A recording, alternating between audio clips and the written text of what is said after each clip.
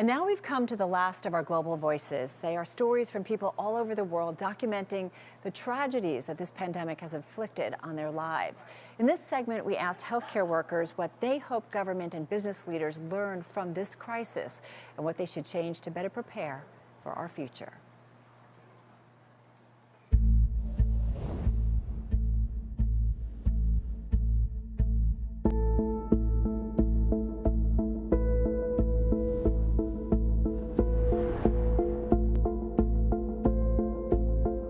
Nursing staff, people in healthcare in general were afraid. My staff in particular, their mindset was if we start taking these patients, we're going to quit.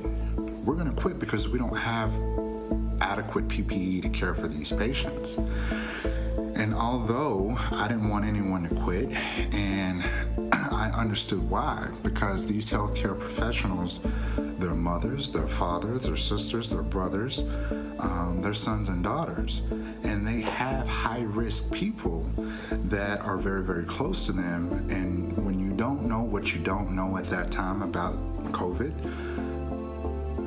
there is some fear and there is some panic. So that was the greatest concern and probably the worst moment.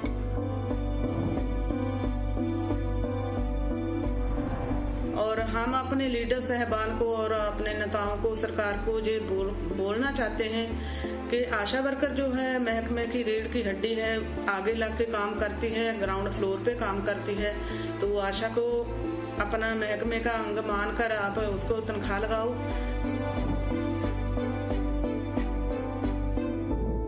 And the pandemic has just shown us how staff are really they're just not well looked after. They're expected to sacrifice themselves, and then when they burn out, the people running hospitals just say next, and they'll fill those shoes with somebody, and they don't really care about their staff.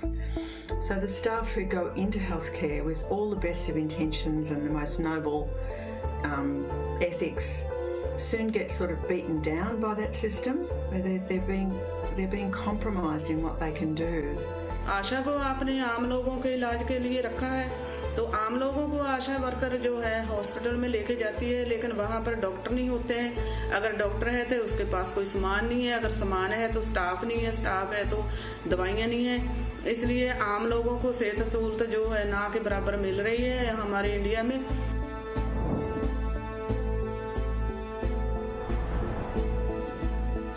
As we all talk about the healthcare system of the people, government and the leaders have to focus to educate the people or make them aware of the consequences of the pandemic. This virus is impartial. It affects the whole classes. Both the poor and the rich are the victims of this pandemic. This virus doesn't discriminate. This is not a blue virus. This is not a red virus. This is a global pandemic. Well, there's two things. One is people before profits. Because in most of the world, they have let profits dictate their decisions more than people. If I had a message to send to our world leaders about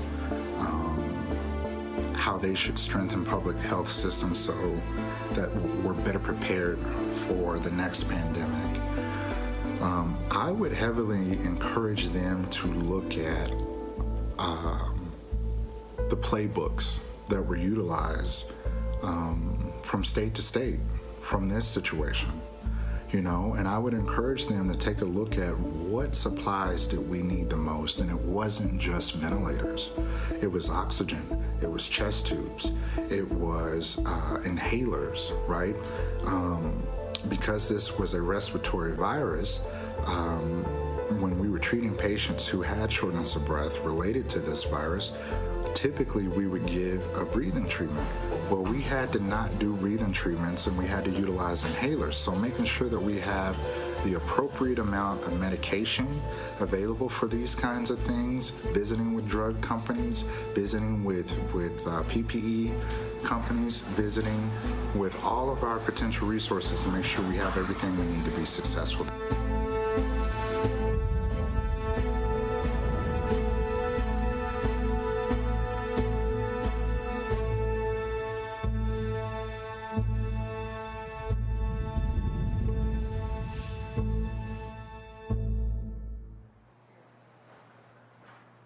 And some important things there to think about as we get into our final panel here at the 2020 Bloomberg New Economy Forum. We invite you as well to participate in a global town hall discussion moderated by Eurasia Group and G0 founder and president Ian Bremmer. Now, Ian will be joined by IMF Managing Director Kristalina Georgieva, also Alphabet and Google Senior Vice President and CFO Ruth Porat, and Bloomberg LP and Bloomberg Philanthropies founder Mike Bloomberg. We also want to hear your questions, so we implore you to send us your thoughts on Twitter using the hashtag #OurNewEconomy. We also encourage our New Economy Forum delegates to submit questions. You can use the Q&A tab under your video player. And if you're watching on the Bloomberg, send me your questions on IB. You can do that, of course, on the Bloomberg terminal. It has been a pleasure, my honor, to be your host these past few days, and I thank you for joining us. Be well and safe, everyone. And right now, I'm going to hand it over to Ian now for your New Economy closing town hall. Ian. Thank you so much, Carol. Great to be with all of you. We're going to spend the next 45 minutes talking about the global order in a post-COVID world. A few things we know. One, the good news, acceleration of innovation, not just in response to disease, the improvements in treatment and vaccines, but much more broadly across the global economy. The bad news, acceleration of disruption on the back of the people least capable of handling that stress, the workers that can't social distance, those who can't handle the schools being closed, whose jobs, some of which aren't going to return. And then the deeply uncertain news, the acceleration of geopolitical transition, an absence of coordination and global leadership. The United States announcing they're leaving the World Health Organization in the middle of a pandemic. The United States and China becoming more oriented towards confrontation, as we all heard from Dr. Kissinger. Some turnaround as we look towards 2021, a turning point on the disease and the economic impact, a turning point on the U.S. presidency, but also some very big structural forces in play that we're going to be dealing with quite some time. So first, let me introduce Kristalina Georgieva, Managing Director of the IMF. And Kristalina, so good to see you. I want to start, we have the G20 meeting this weekend. We've not heard really at all from the G20 over the last year in response to coronavirus. What are you going to be asking other leaders to do to speed the economic recovery from COVID? Great to see you, Ian. Let me go straight to what our messages to the G20 are. First, yes, we have some good news in terms of vaccines and a chance to overcome the health crisis, but we are not there yet. And in fact, a second wave of infections is slowing down the recovery. It is losing momentum. And in that context, our first message to leaders is do not withdraw support for the economy prematurely. Stay the course. In some countries, some of the measures that have helped to withstand the shock of this crisis are about to expire, and it is so important that we do not pull back until we see the health crisis in the rearview mirror. Second, if we are to succeed to get out of this crisis in which we are all together, we have to stay together. And in that respect, working on accelerated delivery of vaccines to everyone, everywhere is absolutely essential.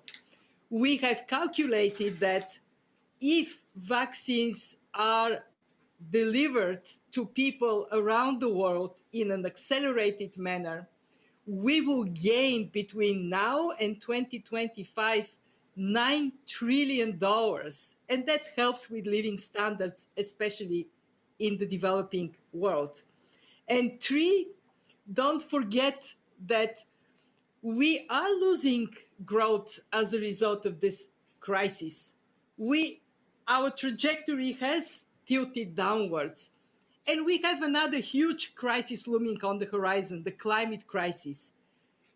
Synchronized action through a green investment push can lift up growth, generate jobs, and it would be cheaper for everyone. And again, the fund being this disciplined, number-crunching organization, we assess that we would get 2/3 higher boost of growth with the same infrastructure push if we do it in a synchronized manner. So a call for us to work together. And let me say one final word for the G20 to think of the world beyond the G20, especially poor countries. And there we would see success in debt suspension and a common framework to deal with that. But we have to do more. Poor countries need help. They need grants. They need concessional lending. At the fund, we have stepped up, and I expect to get a mandate to continue to do more for those that need help the most.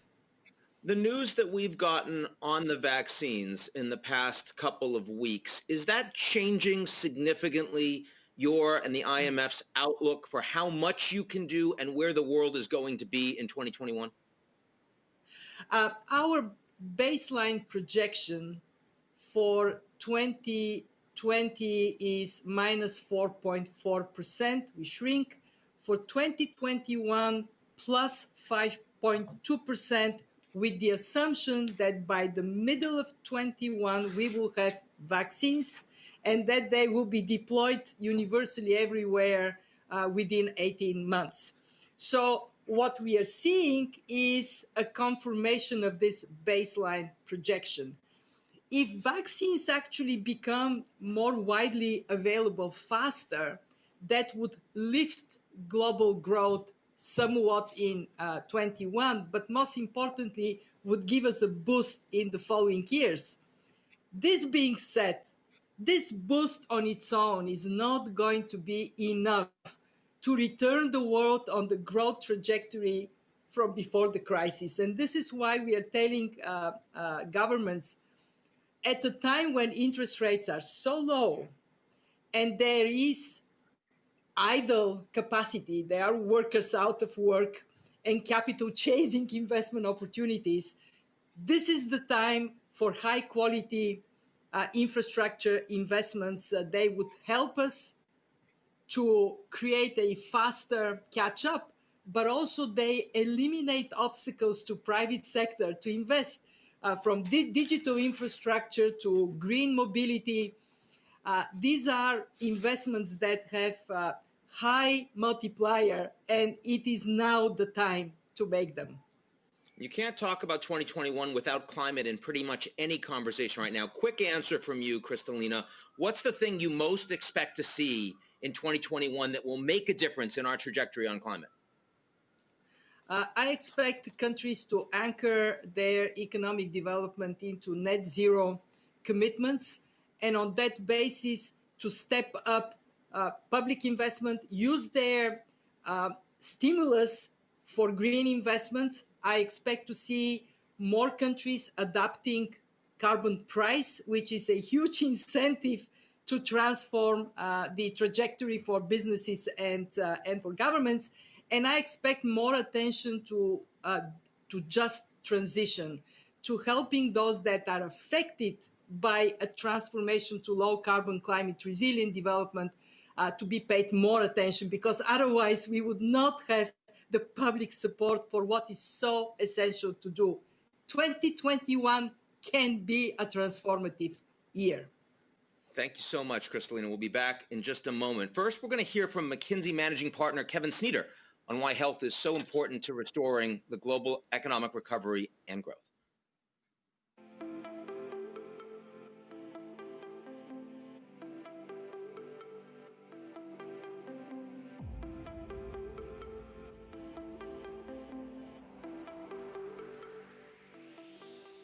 Until the pandemic, economists focused on healthcare costs rather than the economic benefits of good health. A year-long study by the McKinsey Global Institute suggests that that was a mistake. Poor health before the pandemic reduced GDP by about 15%. To put that in perspective, that's twice the expected impact of COVID-19 this year. And the costs of poor health were driven by young people, by people dying too young, by conditions that took them out of the workforce and made them socially and economically isolated. So there's a real opportunity and actually a need to rethink healthcare as an investment, one that reduces disease burden by as much as 40% by 2040, from interventions that largely exist today and that can in turn bring rewards in terms of global growth. Think about what the opportunity looks like. The average 65-year-old could be as healthy as a 55-year-old today. Infant mortality could decline by as much as 40%. 240 million more people could indeed be alive by 2040. And that could all be achieved largely on the back of things we actually have available to us now, as opposed to things we hope to achieve in the future. The economic payoff could be huge, up to $12 trillion more in GDP. That's the same as China's economy in 2017. Investing in healthcare produces a high return. Every dollar adds $2 to $4. And that's largely through interventions such as rethinking labour and employment, to encourage worker participation by older workers, by improving workspaces, introducing flexible retirement policies, by promoting healthier communities and environments, including investments in clean water, sanitation and nutrition, rethinking healthcare systems, by focusing on lifestyle-related conditions, and making maximum use of digital technologies that are now available to us. Doubling down on innovation, for example, in therapeutics and in healthcare delivery. The majority of what I've just discussed would cost less than $100 for every additional life year. Our research shows that 70% of actions to improve healthcare happen before patients seek care. Half comes from living in healthier environments. So improving healthcare has a potential to be not just an improvement from an economic point of view, but it can also be a social game changer. Few investments can offer the same returns in terms of social needs and boosts to the economy. Longer-term prevention and healthcare and promotion cannot just be left to healthcare providers or systems, however. It really does fall to being everybody's business, and it's plain good business at that. Thanks so much, Kevin, from his apartment in Hong Kong. We get to see everybody's backdrops right now. Now to Ruth Porat in Palo Alto from Google. And Ruth, let me ask, it's great to see you. We've seen that coronavirus has shown us just how extraordinary technology companies have been in enabling the global economy to just keep going. Thank God. We're also seeing really stark inequalities in the United States and around the world. So let me start by asking you, what do you think the role and the responsibilities are for the tech sector and for Google in helping to reverse these inequalities? Oh, you're absolutely correct that what we're seeing as a result of COVID is an acceleration in this digital transformation. And you see it in so many different areas: commerce, education, telehealth. But absolutely, we're very concerned about what we're also seeing, which is a greater spotlight on the cracks in our social system in education and jobs, healthcare. And as we look at it, and have for quite some time, one of the most important points and drivers for us is that you can't have a healthy, durable economy if everyone doesn't have the opportunity to participate.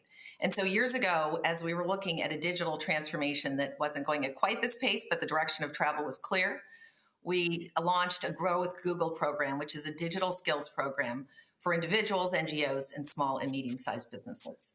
And what we learned pre-COVID, for example, working with small, medium-sized businesses, is as they transitioned to digital skills, they saw an uplift in revenues and profitability. What we saw post-COVID is 1 in 3 small, medium-sized businesses said without digital skills, they would have failed. So what went from being an uplift became a lifeline. And we're redoubling our efforts on digital skills training. But I think very importantly, what we also have learned in this journey is when we began working with individuals, it was very much a one-to-one training program. And over the years, what we concluded is what would be most potent is to work cross-company, cross-industry, and create basically certificates that would enable individuals to have transferable skills. We focused in particular on an IT certificate program. It was one of the fastest growing job categories. Created an IT certificate program. In 8 months, you could earn one of these certificates, and built a consortium of companies, including Walmart, Bank of America, Intel, Hulu, and others, so that once you earn this, it's basically a light degree, and you can go where you find a role. And for us, one of the very important things is each of us has a responsibility to address these issues in society. I think our view is if we come together and work cross-company, and ideally even through public-private partnerships, we can magnify the impact that we have. So we're very focused on Grow with Google. You're going to continue to see more of our efforts there. It moved from physical space to virtual as a result of COVID. And you heard Kristalina say, look, we need the G20 not only to do no harm, but also to come together, that the countries know what needs to be done, but they need to coordinate. You're saying the same thing for the private sector. Are you finding that challenge is more of a lift? I mean, both within your sector, companies that historically have viewed each other as very tough competitors, as well as across sectors where you don't necessarily have the connectivity? No, I think what we're each seeing is single point solutions are important, but to the extent we can come together and look as we do, for example, with our IT certificate at cross-industry solutions, we can have a bigger impact. And to the extent we can work in conjunction with cities or with the federal government, even more so. So, for example, one of the programs many of the programs that we've developed with cities to identify what some of their needs are. And we've said, for example, in the area of climate change, cities came to us, and one of the questions they had was, what's their carbon footprint? So we've created a tool working with cities to address, help them identify what is their carbon footprint from the built environment and from transit. There are areas like that where, again, hearing from cities and doing public-private partnerships is substantially more potent. I would say in the area of COVID, one of the first things that we heard from cities was they wanted to understand what was going on with social distancing and were their programs actually working. And so we created a tool that was called Social Mobility, downloaded millions of times, that aggregated data, and it was anonymous data, but allowed cities to understand, were their programs in fact working? And it's these kinds of efforts where you can leverage the technology with the clear needs from cities, federal government, or other companies to magnify your impact. And tell us, as we're talking about climate, tell us a little bit about where you think the biggest breakthroughs are going to be through artificial intelligence in helping us to create radical new efficiencies that will allow us all to think about the climate challenge very differently. So we're already applying AI to climate change in a number of areas. I think one that I'm particularly excited about is we believe we have the most efficient data centers globally. And yet we challenged ourselves to say, how with AI can we improve energy consumption in our data centers? And we, in fact, lowered energy consumption by 30%. That's starting from a base that we already thought was strong. And so we've now opened this technology to, and the learnings that we've had to others to say, how could you similarly apply AI to enhance your energy consumption? We're also using AI in areas, for example, in flood prediction. 250 million people around the globe are affected by floods as a result of climate change. And any information that will give you even a bit of an early lead on direction of flooding can save lives. And so it's everything from what's going on with crops to what's going on with flooding to how do you run your business. And we're continuing to look at ways that AI can improve both efficiency and help save lives. An unfair question to you, Ruth. I mean, because over the last years, whenever we see the climate scientists, the more we learn, it turns out it's a lot worse than we thought it was. Do you think that there's going to be a reverse process there, that the more we learn about AI, the more robust our capacity to actually turn all of this back in terms of climate? So AI will have its place in helping with technology solutions, as I've already described. I think one of the most important elements as we're turning to the topic of climate change is what does each one of us individually do? And do we have federal and global policies that are supportive of technology innovation and other efforts that each one of us is taking? It's core to what we're doing at Google. Thank you so much, Ruth. And now we're right on time for Mike Bloomberg, who, of course, everybody knows.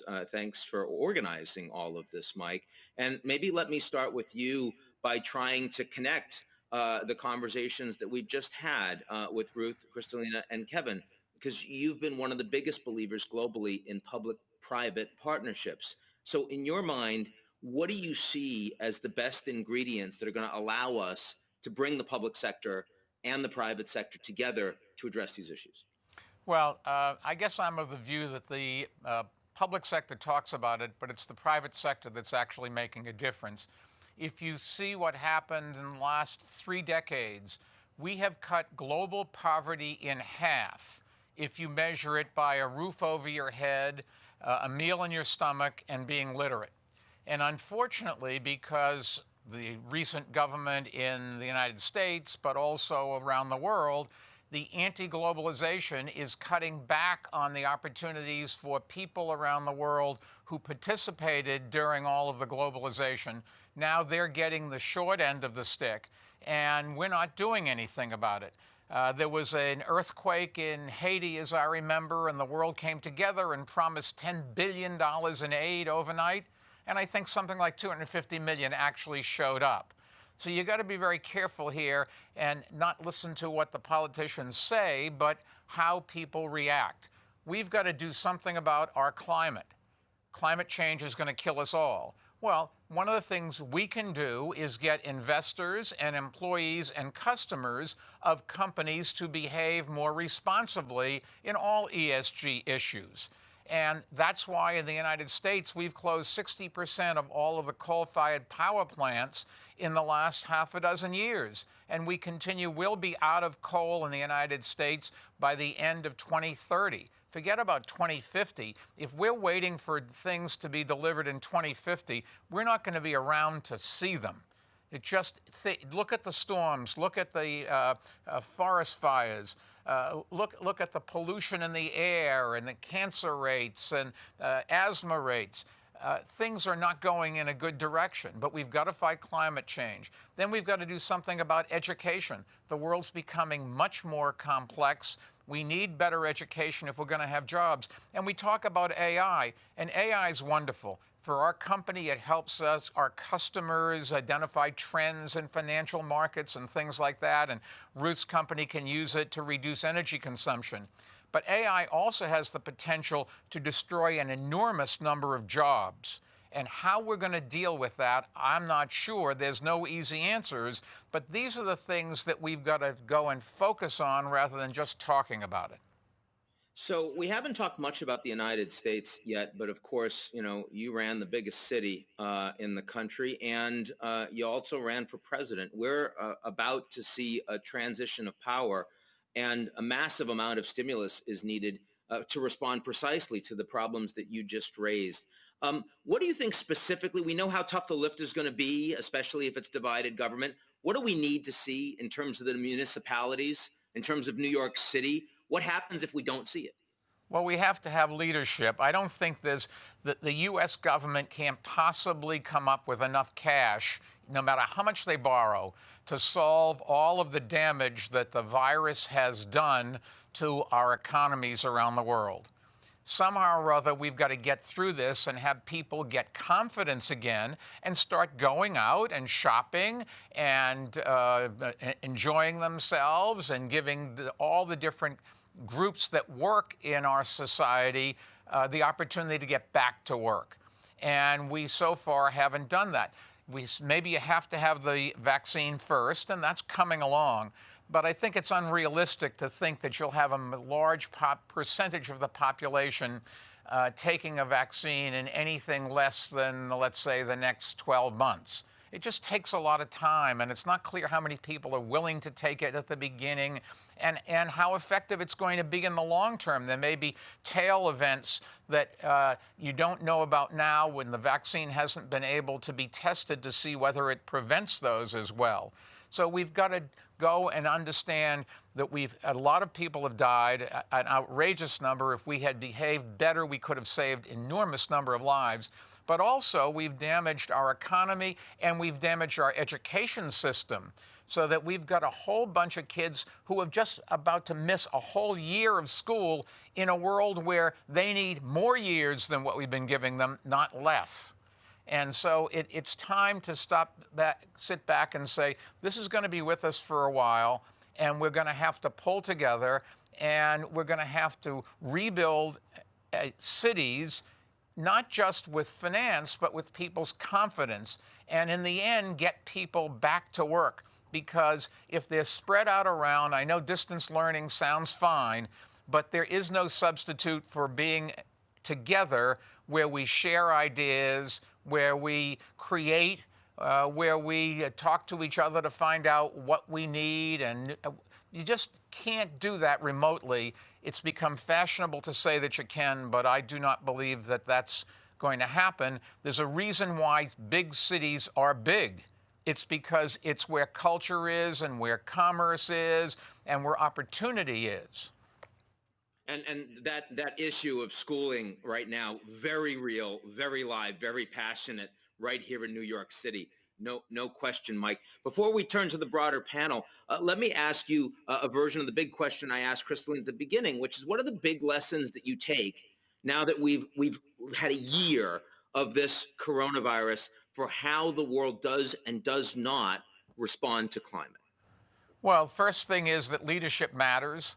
And when you have a leader that denies science, it just percolates through the economy and people believe it. You got to remember, Donald Trump got 70-odd million votes. This is after saying that he should drink Lysol, that this is all a hoax, that the people who are talking about it don't know what they're talking about, no matter how much science they've studied in the past. Leadership matters, and then we're all in this together. I don't think that we should tell you how to live your life unless by doing so you're hurting somebody else. So I don't care whether you wear a mask if it was the only thing keeping you safe. If you want to run the risk with your life, if you want to smoke, for example, go ahead and smoke. But you don't have a right to smoke and force other people to breathe the smoke that comes out of your cigarette, just as you don't have a right to breathe germs on other people where they're going to suffer. So a law that says we all have to wear masks when we're together, I support. One that says that you have to wear a mask when you're by yourself, no, if you want to act stupidly and take your own life, that's your decision. We're not trying to take away people's freedoms, and unfortunately, the dialogue has become that that's what we are trying to do, is to hurt other people, and we're not. We're trying to protect all of us, including ourselves. So thank you so much, Mike. And now we're going to open it back to the panel. We've got a lot of questions that have been coming through via social media. And the first one that I see relates directly to an issue, Mike, you were just addressing. Susan Moore via Twitter asked, how can we gain the trust of people who are skeptical of a COVID-19 vaccine? And what are your thoughts on making such a vaccine mandatory? Given what you just said about masks and smoking and the rest, Mike, let me turn to you on that first. Well, I think the courts would not allow it to be mandatory in the United States. In China, for all I think that they do require a lot of people to take a vaccine. We have a very different system in America, and I can only speak to that. I think the ways you get people to do it is slowly have people take it and show that they are living longer, have fewer cases of the virus, and it didn't hurt them at all. You have to do it by example, and slowly over time, each day, a few more people will take it and a few more people will take it. You will get to the point where the anti-vaxxers just aren't going to take it, and they will suffer. I can't. It defies explanation why somebody walks away from all of the medicine and all the science. But you will get a vast majority of the people as long as you do it slowly, and we don't have leaders who are out there speaking falsehoods and trying to excite people to do stupid things. And the other piece of this, it goes squarely to the tech sector and Ruth, because, I mean, at least, you know, on the vaccines, we're going to see the Democratic and Republican parties all saying this is a good idea, let's take it, it won't be politicized. But there's a level of absolutely crazy disinformation that continues to explode in the media and in social media that says, oh my God, no, Bill Gates is trying to put a chip in your head. What can Google do? What can the tech sector do to try to ensure that we actually really reduce this anti-vax movement and get this to the people so we can get back to normal, get back to our lives as quickly as humanly possible? So disinformation, sadly, is not new, and we've invested meaningfully in both people and machine learning to make sure that we're doing everything we possibly can to elevate authoritative information. As it relates to, for example, COVID, we were anchored and very tightly partnered with the World Health Organization, and we continue to do that. But I think Mike made a very important point. One of the first things we did at Google is aggregate this quality information around COVID and put up some pretty obvious points like wear a mask, socially distance. And yet there was a campaign going the other way. And unless we have clarity in our public policy statements, it's going to be hard to break through. So we are doing a lot of work around disinformation to try and make sure we're elevating authoritative information. But again, that public policy point, I'll just commend Mike on one very important element related to COVID. One of the things that we were excited about at Google is we partnered with Apple to come up with an app around contact tracing, exposure notification, one of the other very valuable tools to try and slow down the pace of this ghastly disease. Mike was super helpful ensuring that we get this implemented in New York and then expanded to the tri-state area. But exposure notification, contact tracing can't be effective if there's not massive take-up of it, because it's really about what happens as you travel throughout the day. And so again, we need public policy consistency around these statements, and then we can amplify with technology and some of the solutions that we have. Thank you very much, Ruth. And so now a question for you, Kristalina, from Tim Ramsey. He asks, when will debt burdens around the world begin to bite and constrain our ability to make strategic investments? I mean, certainly one of the big stories we haven't talked yet about is the fact that, debt around the world is only going to increase. Interest rates right now are low, probably not forever. How do you think about that from the IMF perspective? Well, in some countries, debt burdens are already crushing businesses and economies. What we are seeing around the world is indeed, we started this crisis with high levels of debt, and not surprisingly, we have seen an increase everywhere. In advanced economies, public borrowing, government debt, has gone up by 20% to GDP. Now it is at 125% of GDP almost. In emerging markets, debt levels have gone up to around 65%, an increase of about almost 10%. And in poor countries, debt levels have gone up to around now 50% of GDP. It is in poor countries and countries that have stepped into this crisis already with unsustainable debt levels that we do need to take action today. We have seen two debt restructurings, Ecuador and Argentina. You see in the press discussions around Zambia, and there are other countries where this is an issue that is pressing today. And I want to flag that there is also, of course, corporate debt.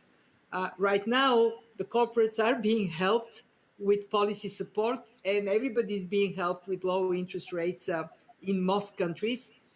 But as this policy support gradually is reshaped and we exit the health crisis, it is withdrawn, there would be pressing debt issues to be sorted out. So what is the IMF doing? We are doing three things. One, we have lobbied hard for debt service suspension for the poorest countries. 44 of them have taken advantage of this. So as their economies are in standstill, their debt service is in standstill. Two, we ourselves, for our poorest members, provided debt relief. 29 of the countries that have debt obligations to the IMF do not service until April. They actually would not service it ever. It is relieved. But the third part is most important. We work with countries on a case-by-case basis to establish how we can bring debt down to a sustainable level. And we work with countries to have good regimes for dealing with bankruptcies. So there can be a credible, prudent exit without harming the broader economy. And I can say in conclusion that this topic is going to be with us. Yes, interest rates are low, But when you take debt, eventually it has to be paid back. Best way to do that, the economy grows, our debt service capacity improves, and that we need to zero on. Mike, I have to bring this question to the United States because I have to assume that with a Democratic president administration coming in, Republicans are suddenly going to be much more interested in deficit reduction again.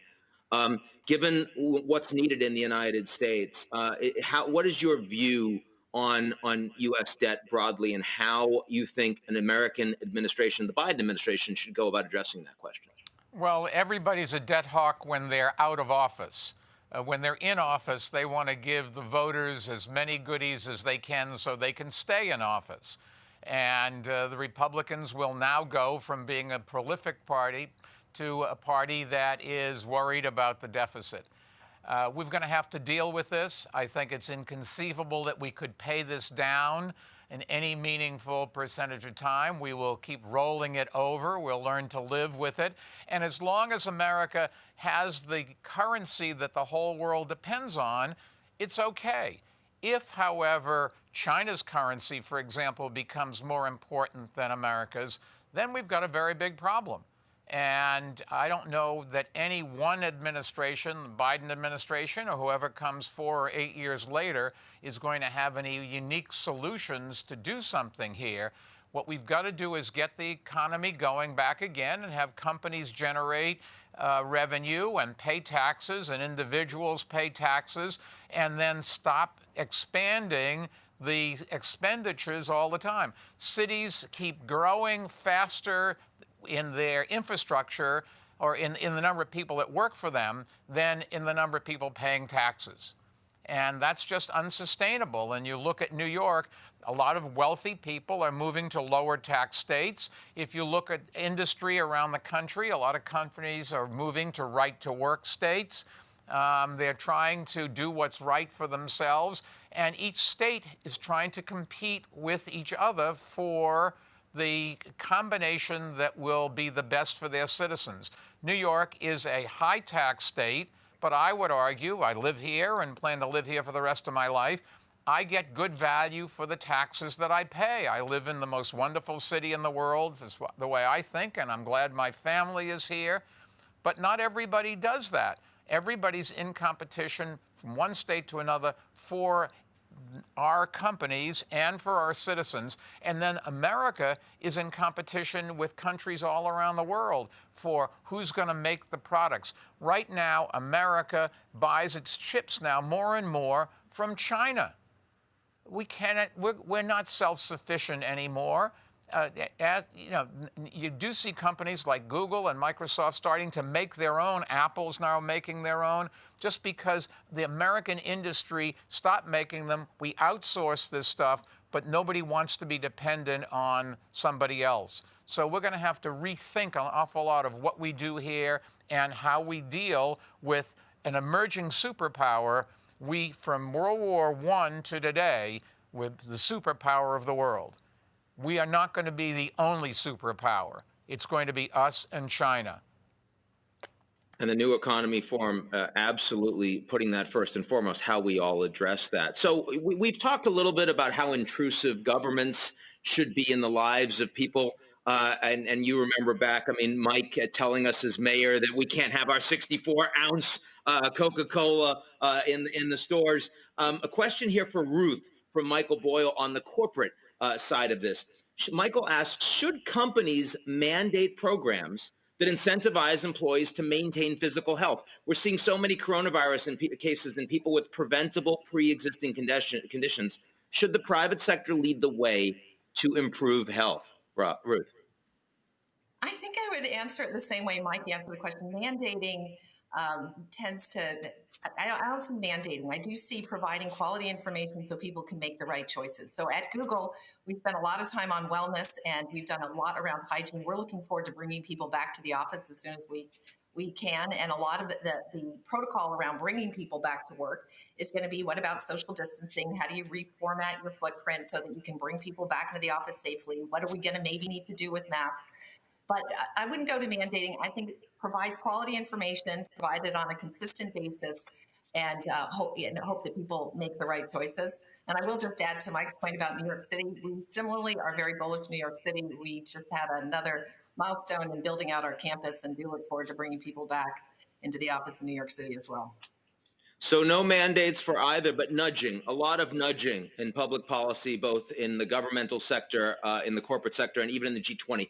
Two questions here that are basically the same question, one from the Mandela Institute and one from Bin-Cheng Mao. And they're both asking how the global community can come together to ensure that people are not left behind in terms of vaccines, in terms of healthcare protections. We know about COVAX, but we also know, of course, the United States has been driving so much of the investment, and the wealthy countries are going to be taken care of first. What do we do to respond to that? This is really a question first and foremost to Kristalina.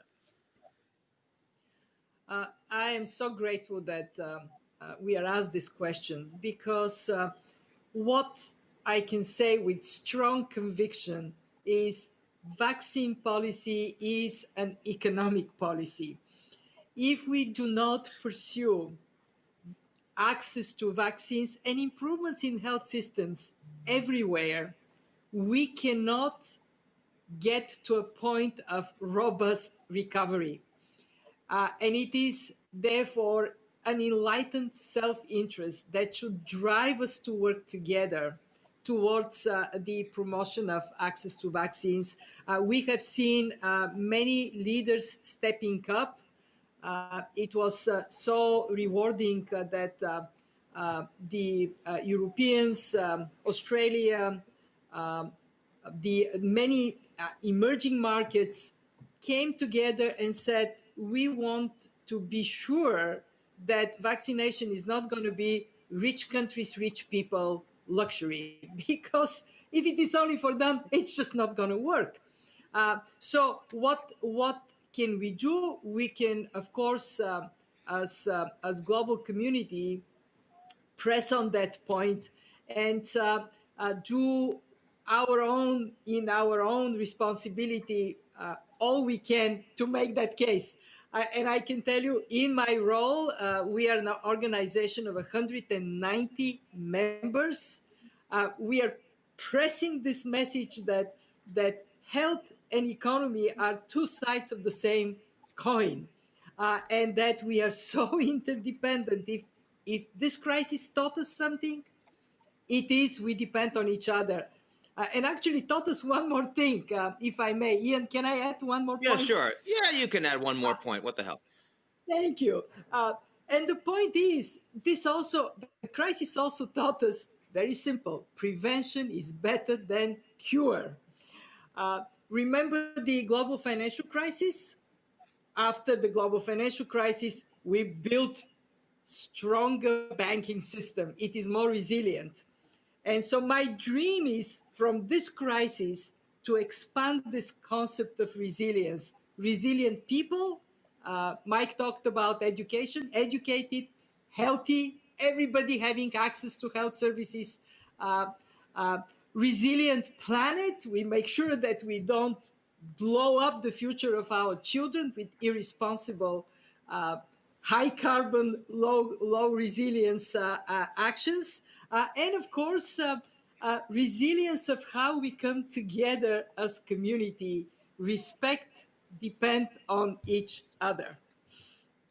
So last question from social media comes from Talon Richards, and I like, that's a really good one that just came in. I'm going to save that to the end. I'm going to do one quick one. Bonnie Lumley asks, what key lessons can Western and Eastern countries learn from each other when it comes to public and private sector responses to the pandemic? It was so interesting, the question I asked to Mike about vaccines, and of course, the Chinese response is completely different.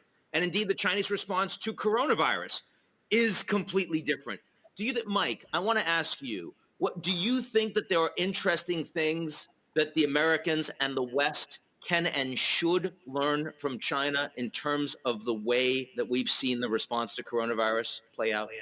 Well, I think the message is that if everybody gets together and does the right thing, we can conquer a virus. The question is, do we want to have the government tell us what to do? And in America, we basically don't. So we're suffering from more fatalities and more pain and suffering because we're leaving it up to people to make their own decisions. In China, they have a form of government where the government decides, and I don't want to overstate it, but the government decides what's right for their people, and then people fall in line. And in fact, the Chinese laws in many cases make them do it. But I'm more optimistic. If the virus really works, and if you have a number of different manufacturers, think about it. There's 7.5 billion people on the planet. If you could have a vaccine for, let's say, $2 a person, that's not that much money compared to what we're coming up with money to help corporations and small businesses and that sort of thing. And that's just in America. You could really give a virus to not everybody because everybody wouldn't take it. And I'm not sure we could get it to everybody, but enough so that the virus would then die out. And I think the real question is, what are we going to do to get ready for the next time there's a virus? Because we now live in a world where people fly around and ship goods all over the world, and it's much easier for a virus to spread than ever before. If you go back and see what lessons did we learn from the 1918 Spanish flu, which had nothing to do with Spain, but 1918, 1919, even into 1920, something like 25% of the world's population died from the flu. What did we learn? We learned social distancing and masks. And if you look at pictures of sporting events from those days, everybody in the audience wore a mask. If you look at pictures of hospitals, they had beds outside, spaced apart. And up until this vaccine, that's all we have done. In all those years, we never learned more. I don't know what the right answer is, but we didn't really focus on it. We never thought about this happening. And although in all fairness, I think Bill Gates did predict something like this. But we just got to go and think about the next thing while we're solving this thing. No, and you're right, though. Of course, I mean, one thing that's extraordinary is just how quickly from not knowing a disease, we now have what looks to be several vaccines that are going to be incredibly effective in rolling it out. This is unprecedented. Unprecedented. Nobody thought that you could do something this quickly, and there's at least 3 right away, and there's probably 20 other companies working on vaccines that may be even better. And incidentally, just to take away a little bit from the excitement, we don't really know how long the protection will last or how effective it will be, or whether people who will come down with other things at the same time that this vaccine does not prevent. So we got to keep working and keep depending on science and understand that science changes. And that's one of the things that makes it so difficult. People say, oh, the doctors and the scientists said this 6 months ago and now they're changing. Yes, as we learn, you change. And an intelligent person would always accept the change as we learn. And unfortunately, some people find that to mean that they didn't know what they were talking about. We said, oh, we have a theory. Oh, well, it's just a theory. No, gravity is a theory. You drop something, it falls down. Newton said that. And Newton was right unless you looked at the speed of light, in which case he was wrong. And so none of these things are what you think they are. Nothing's going to be that quick. We're going in the right direction, but we have a lot of pain and suffering that we're going to have to get through before we get there. And I hope Ruth is right that companies will follow Google, get their people back to work, because not only I believe it's good for the companies. I think that it is much better to have people together.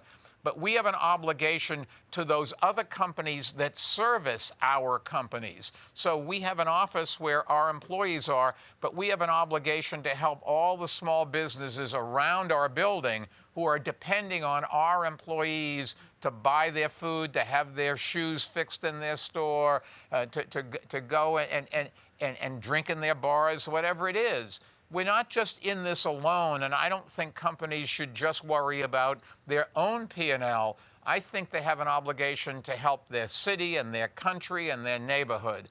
And one of the ways to really do that is to get the big cities back and going again, because without that, we don't have a civilization and we don't have an economy. Mike, thank you very much. And, the last question that I was going to ask was about what we're optimistic about in the next few months. And I think we've heard that already from the panel, that we're finally at a point that we can not only see light at the end of the tunnel, but we actually know how long the rest of the tunnel is.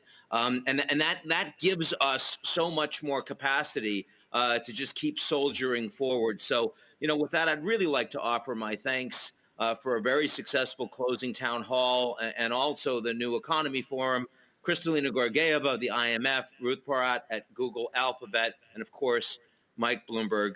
Thanks so much to all of you. Thank you, Ian.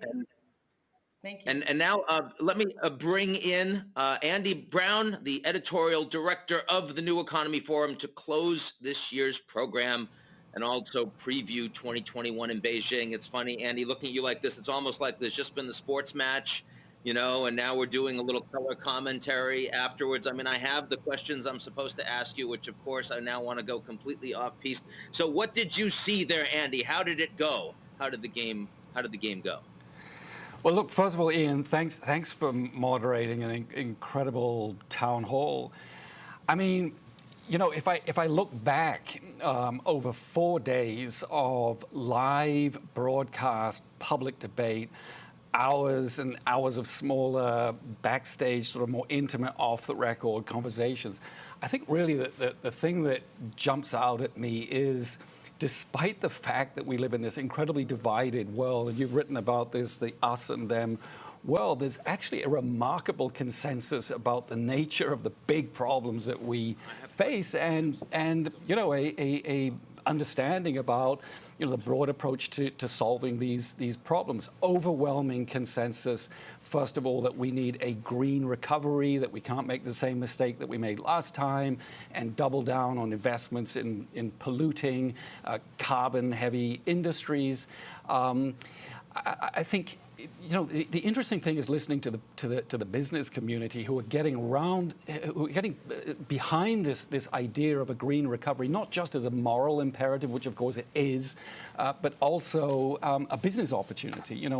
And you heard Larry Fink saying that climate risk is investment risk, and Carlos Brito saying what's good for the environment is also good for business. I think overwhelming consensus that we're facing a crisis in the real economy, not the financial economy, and that the tools that worked last time around aren't going to work this time around. Central banks don't have the answers. The financial system, at least as it's currently configured as a platform for trading financial instruments rather than funneling money to small, medium-sized enterprises, that's not going to work this time. And what we need is more targeted fiscal measures, but also smarter and more digital tools to get funding to the real economy. And as Ajay Banga was reminding us, the necessity to get it to woman-run businesses, probably the largest, greatest single untapped source of dynamism in the global economy. And finally, I guess this overwhelming consensus that we have to invest more in public health. That it's just crazy that the World Health Organization is funded like a hospital system in a small U.S. state, and for the want of a few $1 billion of funding for research into vaccines, into therapies, into stockpiling, we have 1.35 million deaths around the world, and trillions of dollars of damage to the global economy. No, indeed. I mean, the politicization of the WHO by the Trump administration in the middle of all this, and given how weak and how limited their resources are, was probably, for me, the low point in terms of global governance, exactly the opposite of what you wanted to see. Of course, now we are heading into a Biden administration, and I'm interested, given the business and government leaders that we had participating from China, what did you hear specifically about their expectations? I mean, so much, the conventional wisdom in the United States is Trump or Biden, actually, it's just going to be a more hawkish orientation towards China. Are they a little bit more optimistic than that? Well, we heard 2 days ago from one of China's top financial regulators, Fang Xinghai. And, his message to America was basically, we want better relations. We are opening up. The United States should be more patient, and that we're yes, we're talking about self-reliance, but it doesn't mean that we're cutting ourselves off from the world. What it does mean is that we want to be less vulnerable on key technologies so that we don't get blackmailed. If we talking to our Chinese community, in some of our smaller closed-door sessions, it's pretty clear that nobody is expecting a Biden presidency to usher in a new era of Sino-American friendship. Far from it. I think there's a pretty grim realization that the underlying problems haven't gone away, and that China's not going to fundamentally change, and the Biden administration is not going to dismantle all the measures that the Trump administration put in place, the financial sanctions, the trade tariffs, the investment restrictions, and I guess what they're hoping, perhaps more than expecting, is that these two countries can figure out a way to both compete and to cooperate. And what would those areas of cooperation be? And the obvious ones are around public health, around climate, and to a lesser extent, I guess, collaboration on financial stability. Yeah. So, it's an enormous problem. I mean, the two largest countries in the world that have so little trust for each other, and also have created so many red lines and saying you have to adapt to us. No, we're not going to. When in reality, both countries are going to have to learn to cohabitate. And that's why I brought up Dr. Kissinger's keynote, because, of course, he has a lot of experience in how difficult it is when countries don't do that. So what do you think? I mean, given that, what do you think the New Economy Forum looks like next year? I mean, it's not going to be virtual, right, which is a great thing. But leaving that aside, how do you think it's going to be different? What do you think the topics are that will dominate?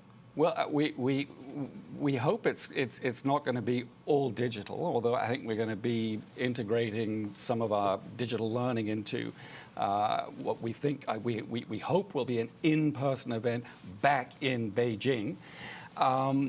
Look, I think the event this year has really helped define who we are as a Bloomberg New Economy institution, and I think clarified the mission, which is primarily to act as a place where leaders, business leaders, government leaders from around the world, including from the East and West, can collaborate on common challenges.